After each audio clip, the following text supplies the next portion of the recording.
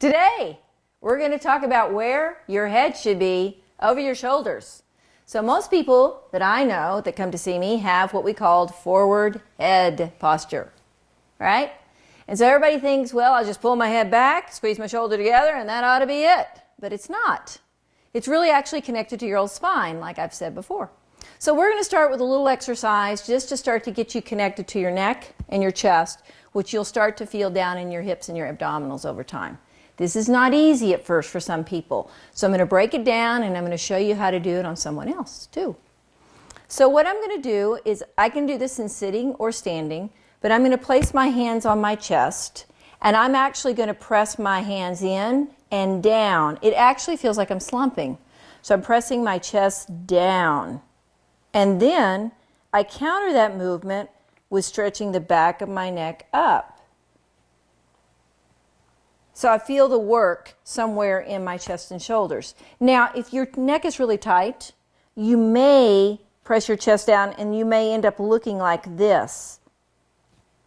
But as your neck loosens up, you'll start to feel the back of your neck come up. Now notice this is relaxed, everything's relaxed, and my face is not lifting. And then once I'm done with doing it, I can bring my face up to normal and just move like that. I can just move my face, not my head and neck. So my chest down, neck up, and then I can correct my face. Okay, this is Reese, and Reese had a shoulder injury, and we use the neck shoulder exercise as part of his rehab, so he could do it in the day. He didn't have to stop. He could just do it at his desk, standing in the car, wherever. So here we go. So neck. So Reese is going to, first of all, I need to back up. I have him sitting with his pelvis, as you know how I do. His pelvis is slightly tilted forward. This is supporting him. Super relaxed in the hips. So there's no tension in the abdominals. If you pull your abdominals in, it actually creates tension in your back, compresses your spine. So let everything relax. Good.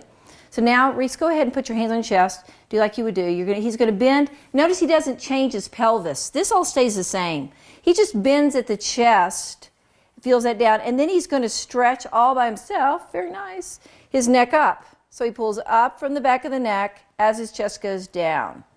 And then he can keep coming back, keeps coming back, and his face stays down. And he feels like the connection all the way through. So chest is pressed down, neck comes back and up. Okay, so where do you feel it? Between the shoulder blades, primarily. Okay, so when you feel it between the shoulder blades, when you first started doing this, what did you feel like it did for you?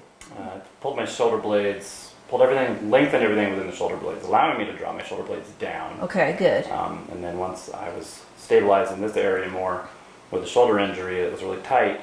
I could use my shoulder correctly, engaging kind of below the shoulder blades for movement.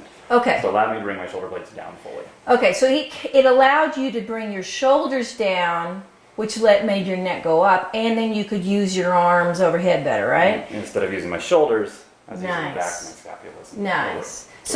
So Reese knows that a lot of times with his shoulder, he was reaching with his shoulder like that, and his head was forward. And when he started connecting down here to the center of his body, you can move your arm, he could freely move his arm up and down so that it wasn't riding up. So that's one part of a shoulder exercise as well. Great.